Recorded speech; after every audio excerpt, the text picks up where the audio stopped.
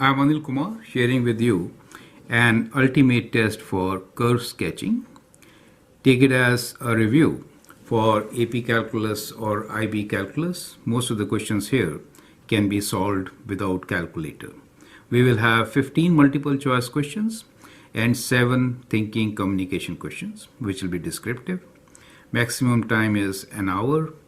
I will be explaining you the solutions, so I might go over an hour, but you should be well prepared to do it within 45 minutes. That's the whole idea. Now, most of the questions are actually taken from previous test papers. Like, let me show you here. We have question here, which is going to be my first question. And likewise, all other questions will be from previous test papers.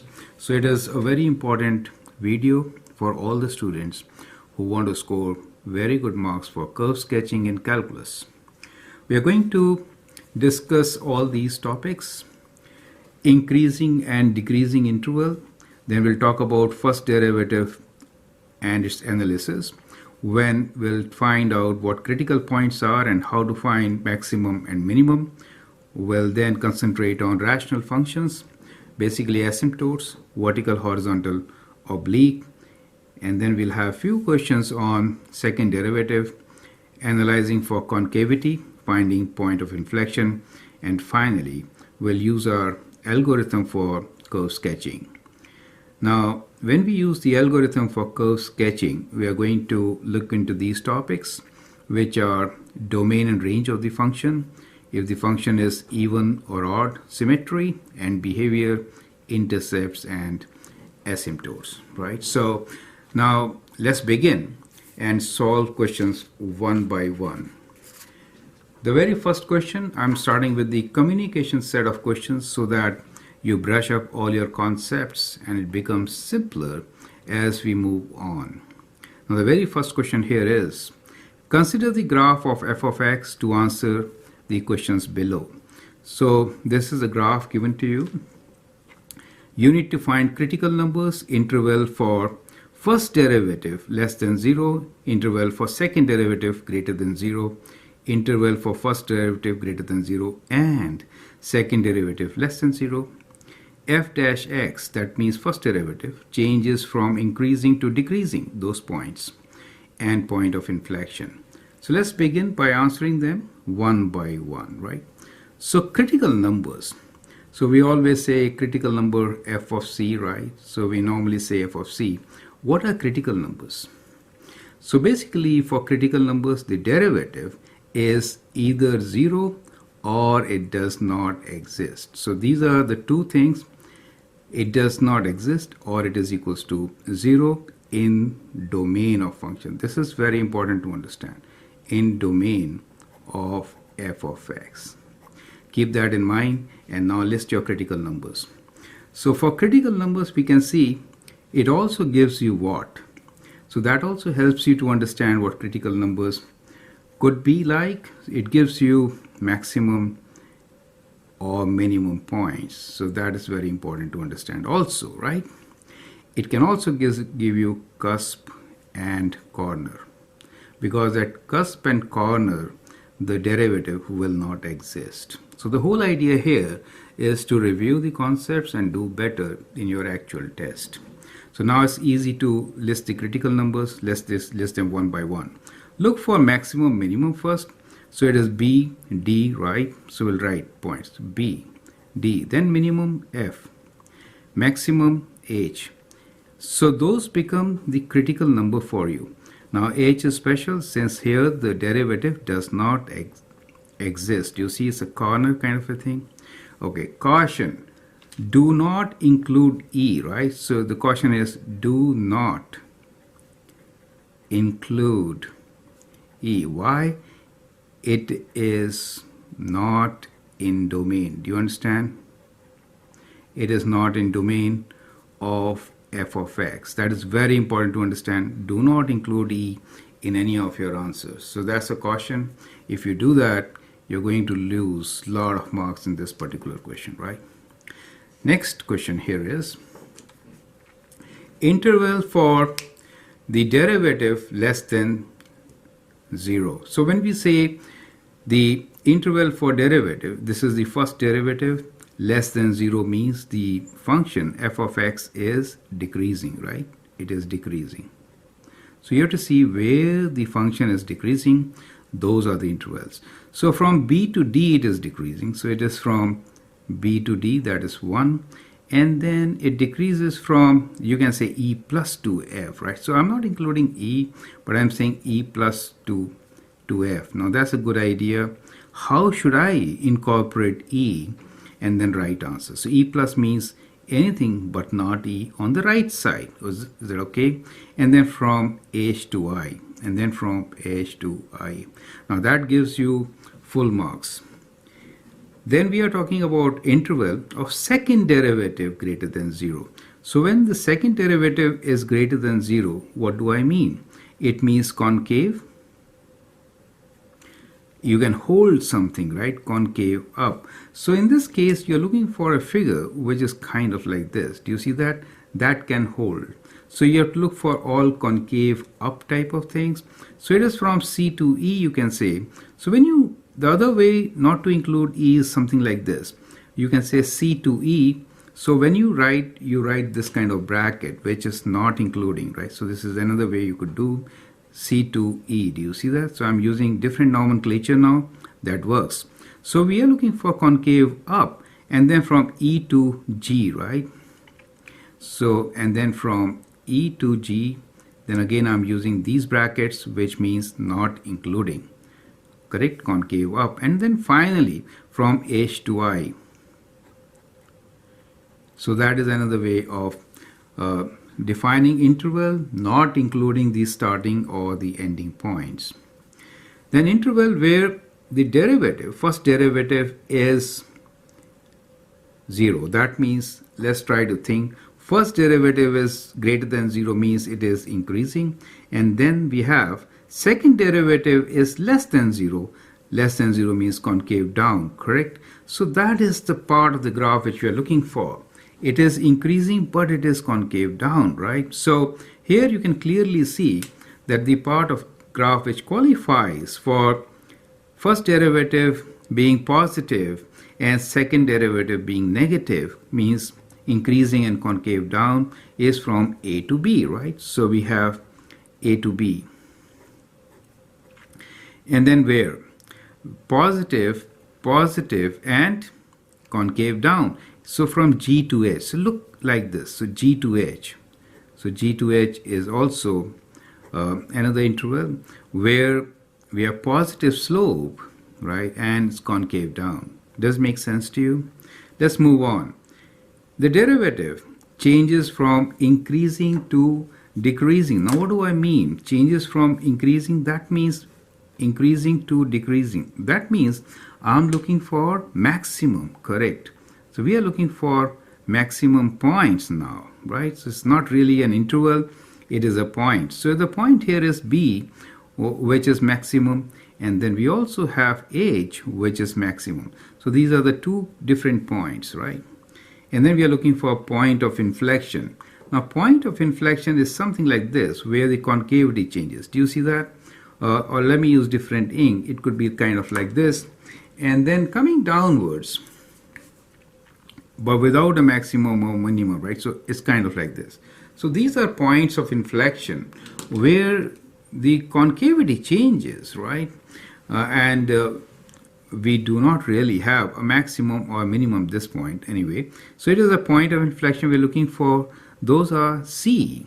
So those are C, and then it changes at G, right? So C and G are point of inflection. So I hope that is good for you. Have a good look at it and then move on to the next question. So I took a bit longer here because there are so many concepts which we have to pick from here to answer all other questions. So have a very good look at it. Even if you spend extra time here, it is worth it. Okay, now let's move forward. Another communication question, right? Now this time what we are trying to say here is sketch the graph of a function f of x that is differentiable and that satisfies following conditions. First is that the derivative is greater than 0 when x is less than -5. Then we have derivative is less than 0 when x is between -5 and 1 and when x is greater than 1. And now we have the derivative value at -5 and at 1 is 0, right? So those are the turning points for you. And then we are given the value of f of -5 equals to 0 and f of 1 equals to 2. You can pause the video, sketch, and then look into my suggestions. Let us make a rough sketch of the graph which will fulfill all these conditions. So let me say that we have our x-axis kind of like this and y there. Now, what I really do here is that I use portion of my area as a working place. So I'll just draw a line and then call this portion as a working area. So let's say this line I'm drawing, and I normally treat this as working area. So it is my workplace. Correct? So that really helps us to get the right kind of things. Now what are we given here? Let's look into the conditions once again. We are saying that the derivative is greater than 0 when x is less than -5. So -5 is a critical point to analyze. Then we have it is less than 0 when it is between -5 and 1. So another important point for us is at 1. Right? Now what are the conditions given to us here? We are saying that the first derivative is greater. That means the function is increasing while it is from -infinity to this. So we say in this portion, my function is kind of increasing. Do you see that? That is what we mean. Now the second thing is saying that on all other interval, it is decreasing, but there's a break at 1. So be careful about that. So we are saying that it is actually decreasing from this to 1 and then from 1 to infinity. So that is how the function is working. So we are talking about the function as such, right? Then the condition here is that the value of the function is given to us and says, well, we are given here, let's look into the derivative. Derivative is 0. Now derivative is 0 means it is turning point, correct? So this means we are talking about turning point. Now when the function changes like this, that means we are looking for maximum. Is it okay? So we have a maximum at -5. That's what it's trying to say. And at -5 the value is 6. So let's say that the maximum is kind of here at -5. So we'll have a turning point here kind of thing, right? And this value is at 6, right? This value is at 6. And at 1 the value is 2. And at 1 we also have a 0. But at 1, do you see it is not changing the slope of the function from negative. The derivative, first derivative, is in the same direction, decreasing, decreasing. So that really means it could be a point of inflection. So it could be, right? So we'll assume it to be, and the value is 2 for us, right? So we'll treat this as a point of inflection at a value of 2. So because you're coming from here, so it'll be kind of like this. Do you see that? So that's the shape of the graph. Once you get the shape of the graph, it's kind of simpler, much simpler to sketch it. And now let us sketch it, right? So we have the function which could be like this, right? And then it has to end up here, so we'll just go like this and we'll follow this curve and go down. So that gives you the graph of the function. It's very important to place the value on the graph. So this may be a rough sketch for you, but it will fetch you full marks since all these points are clearly identified. So that's the whole idea. So I hope it is very clear, right? So this is your x-axis and that is the function which we are talking about. So that makes sense, right? So that is how it should be done. Now let's move on and let's look into the next question, which is again a communication and thinking question. Now these questions will take longer. The multiple choice questions, we are going to save a lot of time there. Question 3. Sketch the graph of first derivative from the given graph of the function, right? So you can pause the video, copy this type of a graph, and then sketch the first derivative. Now whenever you are sketching first derivative, what should you keep in mind? That is very important to understand. First derivative, we have to look for turning points, right? So we are looking for turning points. So at these turning points, the slope has to be 0. So on the first derivative, we'll get zeros here. You get an idea. So that is the first thing. Now here also you see that the slope is negative, right? The slope is negative. The slope is negative, right? So we are talking about dash f dash x, which is actually less than 0. And it is approaching 0. It is approaching 0. That means the function should be approaching kind of like this, like a horizontal asymptote. You get an idea, right? So negative. Here also it is negative, right? So here also it is negative, and so this function should go like this. So we kind of get the end behavior of our function. Is that okay? Now in between, we have positive slope. So here you can see in our working area, like I always prefer to work with. So we have a working area kind of here, so that I could write some of my remarks here, right? So if you were trying to analyze the first derivative, then you know it is negative up to this point, but in between from here to here, it is kind of positive. Do you see that?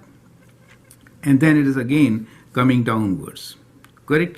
So it is negative all throughout because the slope is negative, right? Now if you look at these points, they are also critical. The concavity changes. Do you see these points? These points are where the concavity is changing, correct? So we have to graph the first derivative. I know, not the second derivative, but still it helps. This point also helps. So in the case of first derivative, since there is a concavity change, they will lead to maximum or minimum in your graph. Do you understand? So it is at this point that what we expect is, since it is negative, we expect maximum, minimum, maximum. I'm sorry. Since it is negative, so we expect local minimum.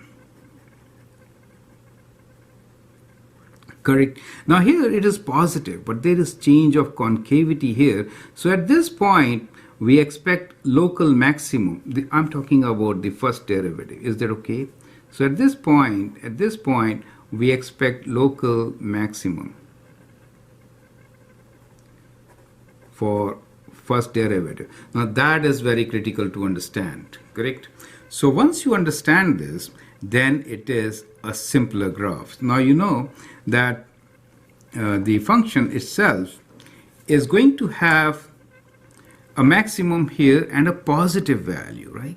A positive value. It is going through this point, which is a 0, right? So let me sketch here. So we have a maximum value here going through this value, which is 0, right? And then minimum is kind of on this side. Now, since I'll go out of my page, I'm going to change the shape of my graph a bit. So I'm going to a local minimum here, and then I'll turn down and go for a horizontal asymptote. Do you see that part?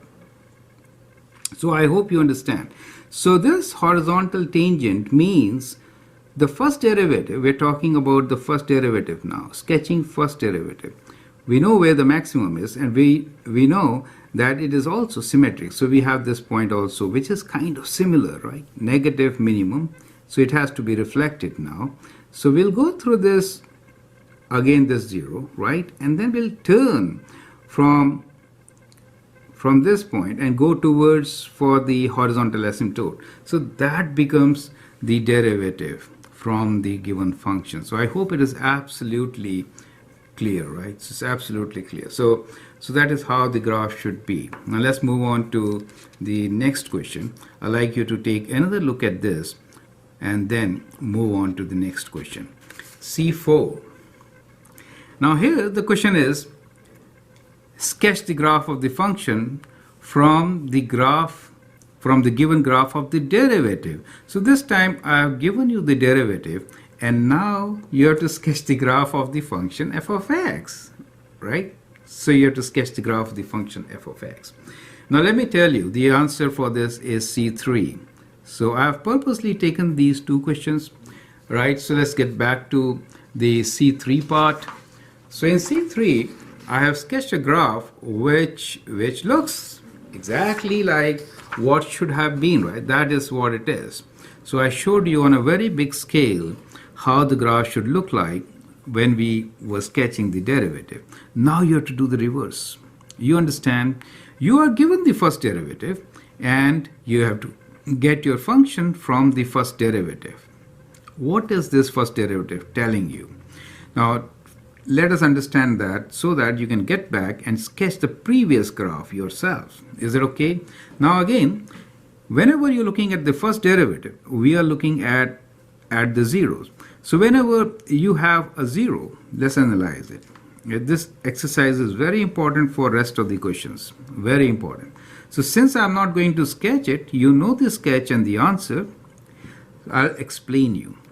So here, what do we have? At these points, our derivative is 0, right? So f dash x is 0. It means what? It could be maximum or minimum, correct? Now in this case, we are changing. Let's look into that. It is negative here, right? Negative and then becomes positive. That means kind of like this. So on the function, what do you expect? A minimum, local minimum. So on the function, we have local minimum at this point. Do you understand? At this point for the function. Now here, we are changing from positive to negative, right? So we are changing from positive to negative. So we expect local maximum at this point. Is it okay? So that is a must to look into. Then what do we have here? We have another important thing which we can analyze straight away, and that is the maximum of the derivative. Now this maximum leads to point of inflection in the function f of x. You get an idea, right? So at origin, you have point of inflection. So that means the origin is kind of like this. Do you see that? And this maximum at here, so that means you have to turn from here. Do you understand? This is minimum. That means when you come here, you have to turn from here. You get the idea? So this is how we have drawn the center portion of our graph. Correct? And now, the slope here is positive. If I draw a tangent here, the slope is positive. So I'll be approaching 0 but from the positive side. And that is how I'm going to go. On the other hand, we have a slope which is negative. So I'm going to approach this side to 0 from negative. And that is how my derivative f of x will be sketched. But the exact drawing is given in C3. But I hope it is not very difficult. So I could have done it in a minute using these 3 points, which is maximum of my derivative is the point of inflection for the function. Zeros indicate local maximum or minimum, right? And then these 0 slopes approaching asymptote, right? So those are your asymptotes on the function. So I hope that is absolutely clear. Now I've taken different kinds of function. This one is a radical function. So I'd like you to pause the video, understand this particular question, and then move forward. C5. C5 says analyze first and second derivative for the graph of the given function. Now this is my last question in the first phase of communication and thinking. I'll now move on to the multiple choice question. We'll move forward fast to save time since we have spent a lot of time here. I'd like you to pause the video, answer this question. Now here, we have to analyze first derivative and second derivative. So let's do it.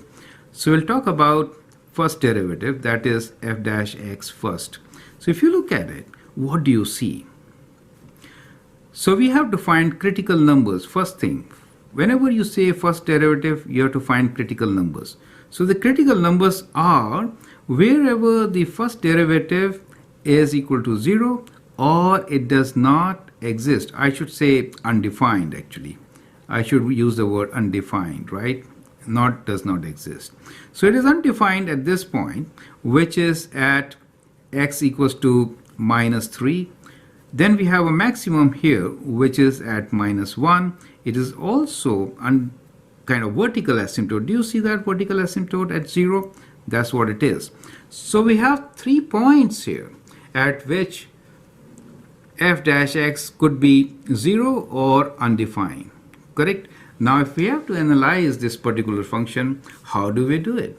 We just do it from the sides. Correct? So we have these 3 points with us, which are at -3, -1, and at 0. Since we know the result, we can see directly it is an absolute maximum. It is a local maximum here. The function actually is positive and then negative. I mean the derivative. We are analyzing the derivative, right? So it moves like this, resulting into a maximum and then a minimum here, right? And after 0, it keeps on increasing. It keeps on increasing, so you do not have any local maximum minimum at this point. So what we get here is a definition of local maximum,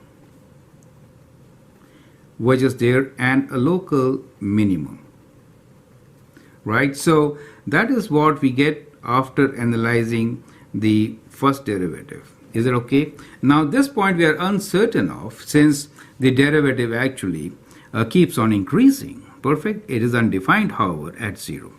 Now let's look into the second derivative. So when I say second derivative, what do I mean? I mean I'm looking for concavity, correct? So now let's talk about the second derivative, and that means concavity and point of inflection. These are the two things which we are looking for. So we know that it is from -infinity to -3, it is concave up. And then again it is concave up till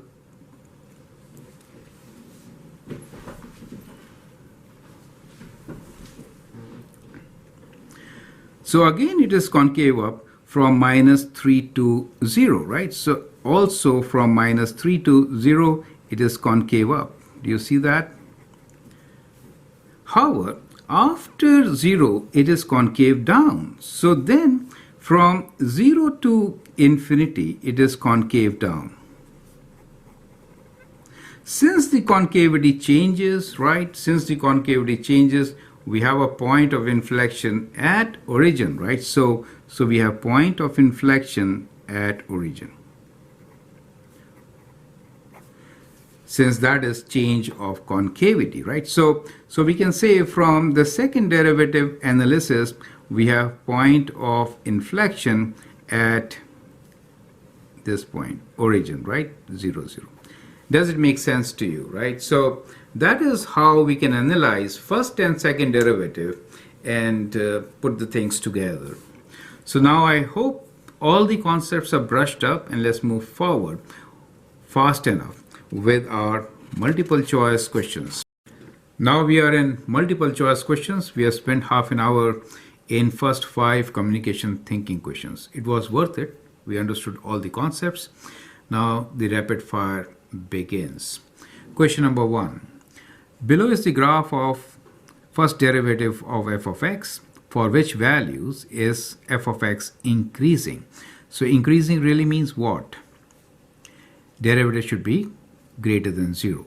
So we're looking for points which are in this interval. Do you see that? This and thereafter. That is to say, between -3 to 3 and thereafter. So option B is the right option.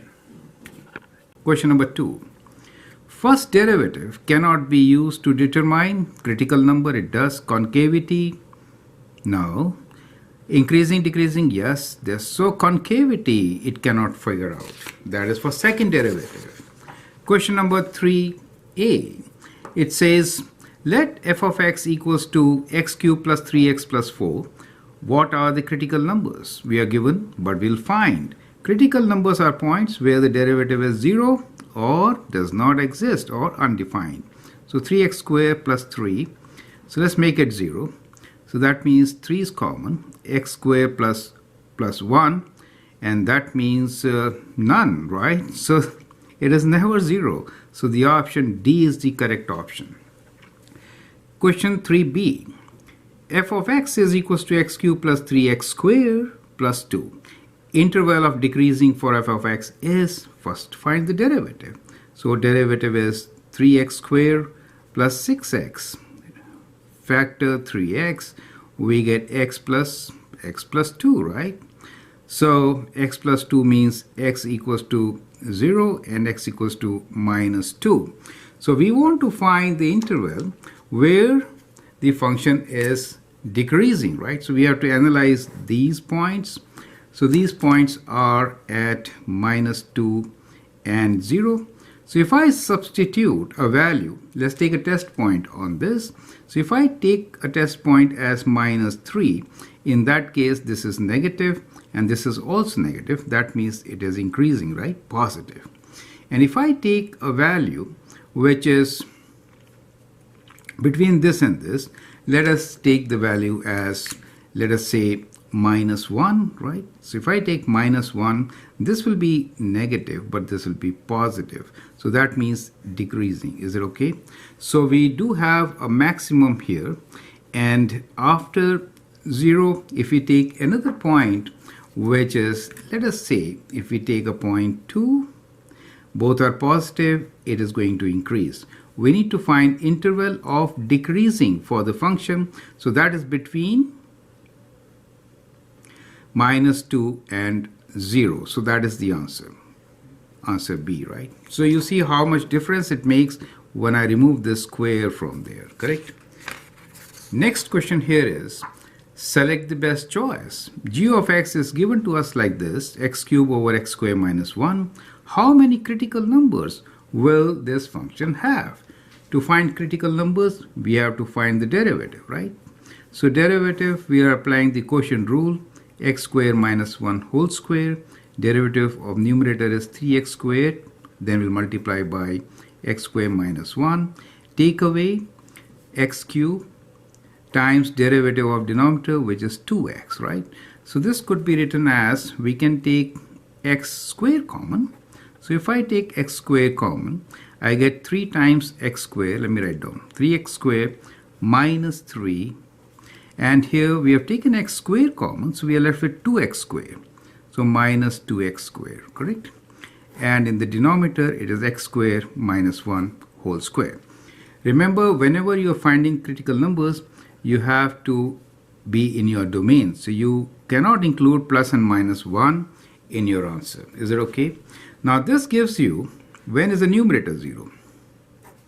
Inside, we have 3x squared minus 2x squared, so we have x squared minus 3. Equating this to 0, we get the value x equals to 0 and plus minus square root 3.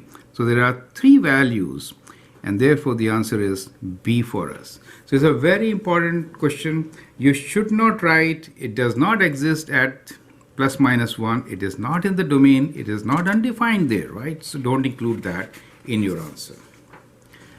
Next question here is question number 5. F of x is x cubed and g of x is 1 minus x squared. Match the graph of the given function. Now what do you observe here? You observe that you have oblique asymptote. Do you see that oblique asymptote? So we have oblique asymptote. What does that mean? That means that the degree of denominator is higher, correct? That means degree of denominator is higher. No, that means degree of numerator is 1 more than degree of denominator, correct? Only then you have oblique asymptote, right? So in these two functions, 1 more is x cubed. So we have a function which is x cubed over 1 minus x squared. But now we have to think about the direction. If x is large, which one? I mean, it should be negative or positive. See, we are given 2 choices here, f of x and g of x. Which one is correct? So you should test it out. So you should test with a value. So if I write, let's say, a value like 10, for example, positive 10. So we know the numerator is positive, however, denominator will be negative, right? So for a positive 10, numerator is positive. But in this case, it is not so. So that means this value is for negative of this. Does it make sense? So the right answer is B. So I hope you understood the way I got this answer. Let's move on. Question number 6. If the first derivative is greater than 0 and second derivative is less than 0 in an interval a to b, right? So that means first derivative means greater than 0 means kind of like this, and second derivative less than 0 means it is concave down. Is it okay? Less than 0. The graph of f of x in a and b will be increasing and concave down. Do you understand? So that is how you get your answer fast. So we have increasing concave up, increasing concave down. That is the correct option. Okay. Question number 7. For a function f of x, a critical number is a number c in the domain of f of x such that f prime x is equals to 0 or it is undefined. So c has to be in the domain, it is 0 or undefined, right? I'm always saying does not exist. That is not correct. Undefined is the word, okay? Fine. The question here is what? If the first derivative changes sign from negative to positive, that means negative to positive at x equals to c, then the graph of the function will have minimum, right? So local minimum, right? Perfect. So we have local minimum. Question number 8. If the first derivative is undefined at a critical number x equals to c and its sign changes from negative to at c, its sign changes from negative to positive, then f of x can have negative to positive local minimum, correct? So it is again local minimum. It could be undefined. For example, let's look into an example here to verify undefined how, right? So if I have a function kind of like this, okay, so it is undefined at this point, and you see we have local minimum, right? We are not writing absolute minimum at all. No other options. So don't look into other options. Question number 9. F of x is x cubed, g of x is 1 minus x squared. Match the graph of the function h of x. This time we have something like this. What do you see here? The best thing is to analyze the horizontal asymptote. So we say horizontal asymptote is y equals to 0, but here it is approaching 0 from the positive side. Here it is approaching 0 from the negative side below. Do you understand? Now that makes huge difference. Now it also means that we are talking about denominator higher degree, right? So degree of denominator is higher. Only then you will have the horizontal asymptote, correct? It is not oblique this time. It is horizontal. So we are looking for a function where higher means f of x comes in the denominator. So we have 1 minus x squared in the numerator and x cubed here. Now we have to check whether we are taking minus of this or plus of this, right? Since again we have two choices, right? Which one is correct? Best way again is take a value. So if I use a value of x equals to 10, then this is positive, right? So for 10, this is positive, this is negative. So we're looking for negative result of this, which is this one. So we get our answer. Perfect. So I've purposely taken this question second time so that you can understand how to work with such functions. Question number 10. F of x equals to x squared plus bx minus 3 divided by x minus 4. Determine the values of a and b so that f of x has an oblique asymptote of y equals to 3x plus 1. Okay, so we need y oblique asymptote for a linear equation. How do we do such a equation, right? Now that really means, let's try to understand. That really means that we have to divide the function, right? So we are going to divide the function, which is ax squared plus bx minus 3 by denominator x minus 4. And what should we get in the numerator? We should get 3x plus 1. That is what it means. So a shortcut will be, we could multiply these two. So let's multiply these two. We have x minus 4 times, now this is a very important strategy and that's why I'm sharing with you. So you multiply, you get 3x squared, and with x you get plus x minus 12x, and minus 4. Combine the like terms 3x squared minus 11x minus 4, and then you compare. So you know a equals to 3 and b equals to minus 11, right? So a equals to 3, b equals to minus 11 is option A, which is perfect option. Now this is an excellent question for all my IB students and AP Calculus students. Question number 11. For what value of k will this function have a local maximum at this point, right? So let's work out. Find the derivative. So we have x derivative is 1 minus k over x squared, right? This is what we have. We have to equate this to 0 to get the critical number. So we get k over x squared is equal to 1, or we get k equals to x squared. The x value is minus 2. Let's substitute. So we have minus 2 whole square. So when you do minus 2 whole square, you get a value of 4, right? So it says, for what value of k will this function have local maximum at minus 2? Now, we have to check local maximum at 4 or not, right? You may or may not, but what I will suggest is, when the question is given, we don't have much choice. We get only one answer here. So we say C is our best option. That's it, right? So that is how we are going to do it. And let's move forward. Now the question here, question number 12.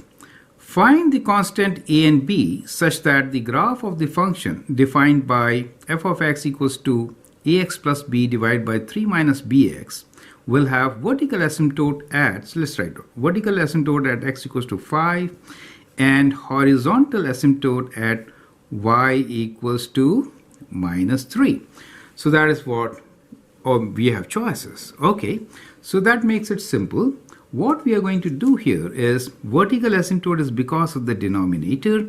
So we will substitute this value of 5 there, right? So x is 5. So we will say 3 minus b times 5 should be equal to 0. Perfect. So that gives us that b 5b equals to 3 or b equals to 3 over 5. Does it make sense?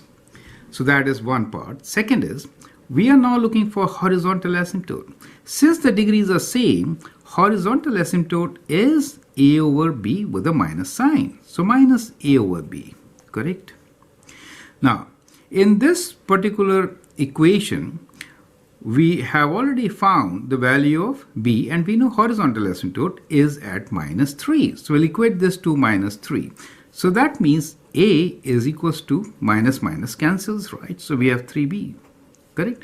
So we have a equals to 3b and b is 3 over 5. So it is 3 times 3 over 5. That means 9 over 5. So the answer is 9 over 5 and 3 over 5. Both positive, right? So option A is the correct option. Question number 13. Determine the local maximum and minimum values for the function f of x equals to 2x cubed plus 9x squared plus 12x. So let's find the derivatives. You have to really save time in such questions. Do you understand? Only then you can get good marks in such a test. We need to factor this. And what we get here is x squared plus 3x plus 2. So we're looking for product of 2 sum of 3. That's simple, right? X plus 2 times x plus 1. Correct. So that means we can equate it to 0, and what we have here is we have two zeros. One is at minus 2, the other one is at minus 1. So we'll analyze these two zeros. Perfect. So our factors here are x plus 2 and x plus 1. So if I take a test value which is minus 3, here I can take minus 1.5, here I can take 2. Then substituting minus 3 will make them negative. But if I substitute minus 5, this will remain positive, but this becomes negative, and this is positive for both. And that tells you that in the first part, it is negative, negative, which is positive. Here it is negative, here it is positive. And that means that the function should be increasing, right? And then decreasing, and then increasing.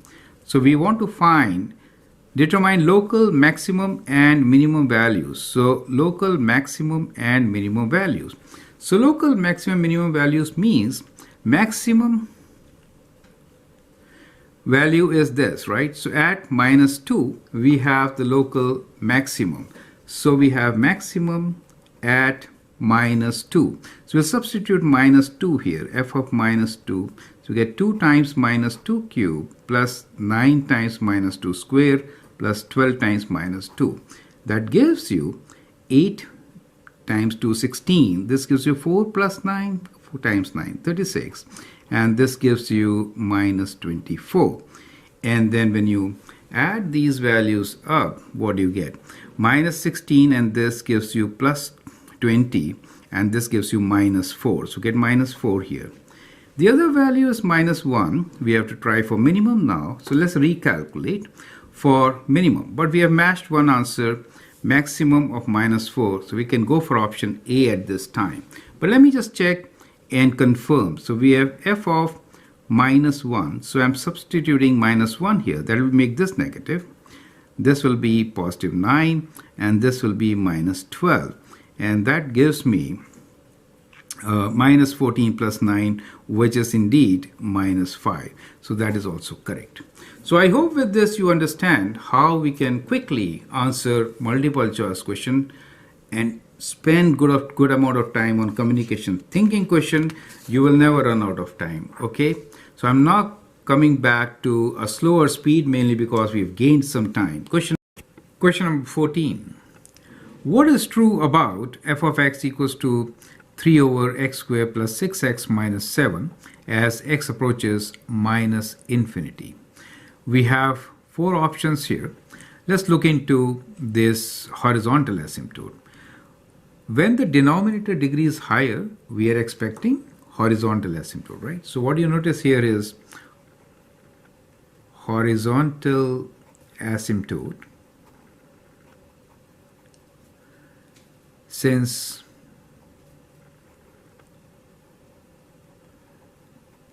denominator degree is higher, correct? Now, so that means one of these options, correct? The only thing which we have to figure out whether it is approaching from above or below. Now, if you substitute any big number here, x squared is going to dominate. Since x squared is going to dominate, you will see that the function will approach from above, right? So it will be kind of approaching like this, and therefore our answer is A, right? You could actually substitute a good value here. Let's say if you substitute 100, right, for x, you could calculate or think about 100 square plus 6 times 100 minus 7. You see this is positive, right? It may be very close to 0, but positive. Question number 15. F of x is equal to x over square root of x squared plus 1. How many horizontal asymptotes will f of x have? Well, for horizontal asymptote, we have to check what happens when x approaches minus infinity and what happens when x approaches positive infinity. This function, denominator is always positive. Do you see that? In this case, it is important to note that the square root part is always positive. Now, if I write negative big number, I'm going to get negative value. If I write positive big number, I'm going to get positive value. Do you understand? And therefore, we have 2 horizontal asymptotes. Perfect. Question number 15b. What is true about f of x equals to x divided by square root of x squared plus 1 as x approaches minus infinity? We have 4 choices. Minus infinity means now we are looking for horizontal asymptote when x is approaching minus infinity, right? So kind of like this, in this direction. F of x is approaching 1 from above, 1 from below, minus 1, minus 1. Well, so there are a lot of options. We need to work this out. So how do we calculate the horizontal asymptote for such a function? We could actually write this as x over square root of, if I take x squared common, I get 1 plus 1 over x squared, correct? Now what is square root of x square? Well, the square root of x square is what? Is absolute value of x. So remember this. Square root of x square is absolute value of x. It is always positive. This is important. You should not treat this as x, then you'll get wrong answer. So what you get here is x over absolute value of x, and within square root you get 1 plus 1 over x square. Now as x approaches, let's say minus infinity, in that case 1 over x square approaches 0, and therefore I could write this particular function as x over absolute x, right? So what I get here is x over absolute value of x. Perfect. Now if x is negative, that means absolute value of x is minus, correct? So we are actually approaching minus 1. Do you understand? So we do have a asymptote here which is at minus 1, since this is negative, right? So when x is approaching minus infinity, this value approaches minus 1, correct? So we have an asymptote which is getting closer to y equals to minus 1. This is important to understand. It is not plus 1.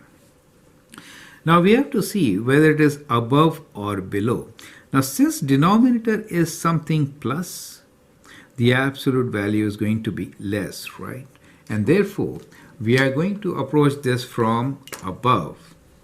So it is going to be something like this. It is going to approach from above since we have something plus. So when you divide x by something plus, you are going to get less than 1, maybe 0.99. So we are going to approach from above, and that too minus 1. So we are going to approach f of x equals to minus 1 from above. So that becomes our answer. So I hope this is absolutely clear. It is a very critical question. Now let's begin with our second part of thinking and communication questions. Now these are very difficult, and I hope we have enough time to complete them. C6. Sketch function f of x that satisfies all the following conditions. First condition is very good. Even function. Domain is from minus infinity to plus infinity. This is what the domain is. Okay, now what? It says f of x is... So what I will do here is we'll sketch it as we go about. F of x is greater than 0 on entire domain. That means it is always positive. So I have a lot of room here. So I'll make x-axis in this direction, y like that, and everything is positive. So we'll work on this. And this area is going to be my rough work column, correct? Okay, now let's see what. Now it says that first derivative at first is even. That means even means symmetric about, let's write down, symmetric about y-axis. That means I can work in quadrant 1 and then reflect, right? So it can be reflected, right, on y-axis. So I could actually work only on this part and get the whole thing. So that is another thing to remember. It saves time. First derivative at minus 2 is equal to that at 2, which is 0. That means, this means that we are looking for turning points, right, at minus 2 and plus 2. So we have turning point at minus 2 and plus 2. Now the values at minus 2 and plus 2 is given to us as 10. So that means 10 is, so I'm going to say this is my minus 1, this is minus 2, plus 1 minus 2. So both are 10. So we do have a value here which is, let us say at, this is minus 1, this is minus 2, 1 and 2. So at minus 2 plus 2 we have a value which is 10. Okay. Now derivative of this function is increasing on minus 2 to 0. So between minus 2 to 0, the function is increasing. Derivative is increasing means greater than positive means function is increasing. So in this interval, it is increasing. And also from 2 to infinity. And also from 2 to infinity, it is increasing. Now derivative is less than 0 in the other interval. So it is kind of like this. That means here we are looking for a minimum, right? And we have a maximum here, minimum from this particular diagram. Perfect. So minimum really means that I could think about my function as turning here, minimum, right? This is also a minimum, and then we have a maximum somewhere at the origin. Now second derivative is equal to 0 at x equals to, now we are working on this. Second derivative is 0 when x equals to minus 3. I have to go further down here. So we have minus 3. Second derivative is 0 at minus 3, minus 1, 1 and 3. Okay, so that really means we're talking about point of inflection now, right? At 0, minus 3, plus 3. All these points are point of inflection. Now it says second derivative is greater than 0 in the interval minus 3 to minus 1. So in this interval, it is greater than 0. It really means it is concave up, right? So it is concave up here. And from symmetry, we can say between 1 and 3 also, it is going to be concave up. So that talks about concavity. And it is concave down between minus 3 to infinity and plus 3 to so it is in that interval from minus 1 to 0, it is concave down. So it is kind of like this. I should have used a different ink. Concave down. Is it okay? So this is this part. Now we are also given the value at minus 3 minus 1, which is 15. Okay, so we have this value, let's say 15. I mean, if this is 10, I'll keep 15 here. Okay, this is 15 for us. So at minus 3, we have a value which is 15. Even at 1 and 3, we have 15, right? So we have 15 here, 15 here. From symmetry, you know that we could do this. So these are point of inflections. And then at limit of this function as x approaches 0 is 20. And limit, okay, so if it is approaching 20, let's say this point is, let me write down different thing. Let's say this point is 20. So the limit is this when it is approaching 0, right? So that is our limit. Okay, so that is also our maximum since we figure out this is maximum. So let me give a turning point here. Okay, now it says that the limit when x approaches plus minus infinity, that is, we're talking about horizontal asymptote now, is 30. Okay, so that really means that we have a horizontal asymptote at 30. So we have to move slightly up. Let's say this is 30 for us. So we are looking for a horizontal asymptote y equals to 30. Now I think you can sketch the graph. Perfect. So let's connect all these points and sketch the graph.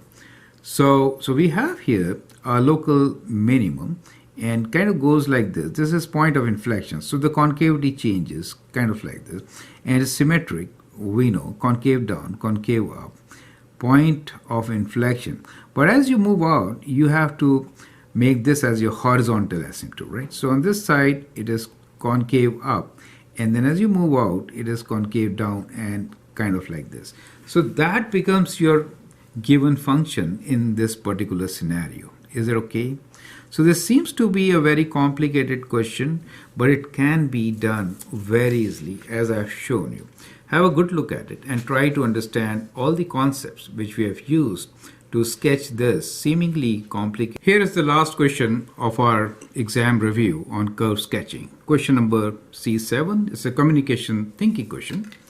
We need to sketch the function 1 over x squared plus 1. You can pause the video, answer this question, and then look into my suggestions. Now these are few things which you should always consider while sketching graph of any function. Now whenever you look at the function, we have to first talk about any special thing. So it could be symmetry, for example, right? So it could be symmetry, whether it is even or odd symmetric function. Then we are talking about the intercepts. Now normally we say x and y intercepts, but I'll always prefer to find y intercepts.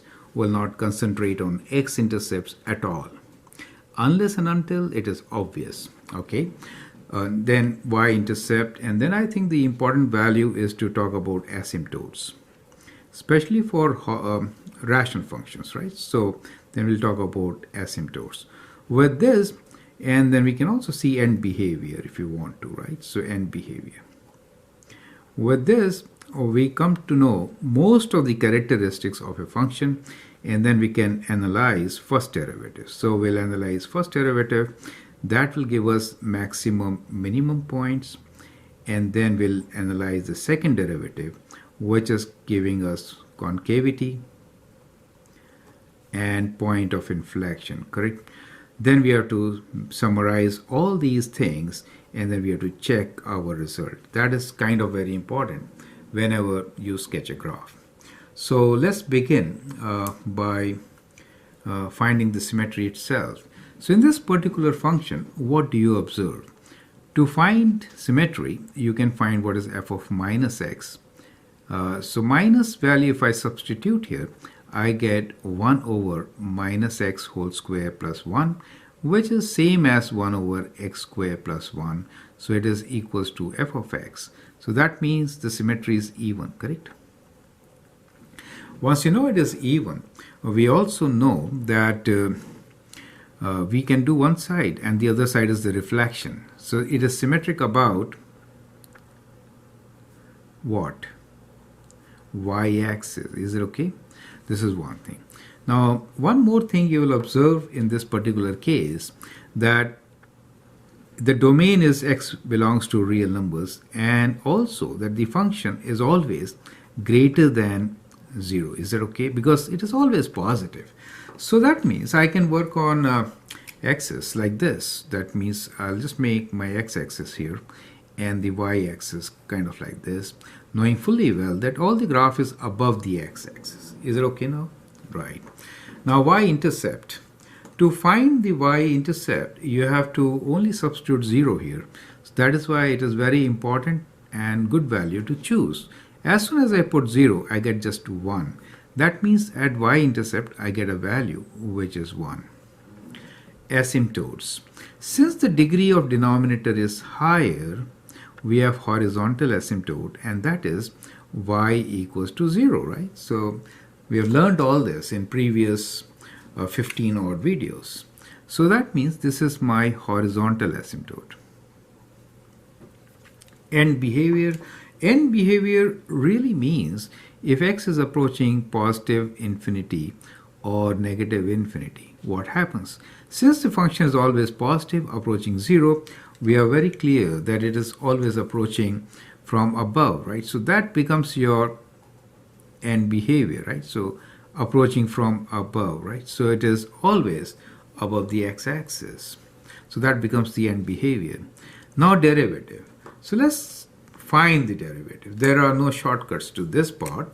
So we'll now find the derivative and then see how we can analyze it. Derivative of f of x will be, let's write down. We'll apply the quotient rule. So we get x squared plus 1 whole square.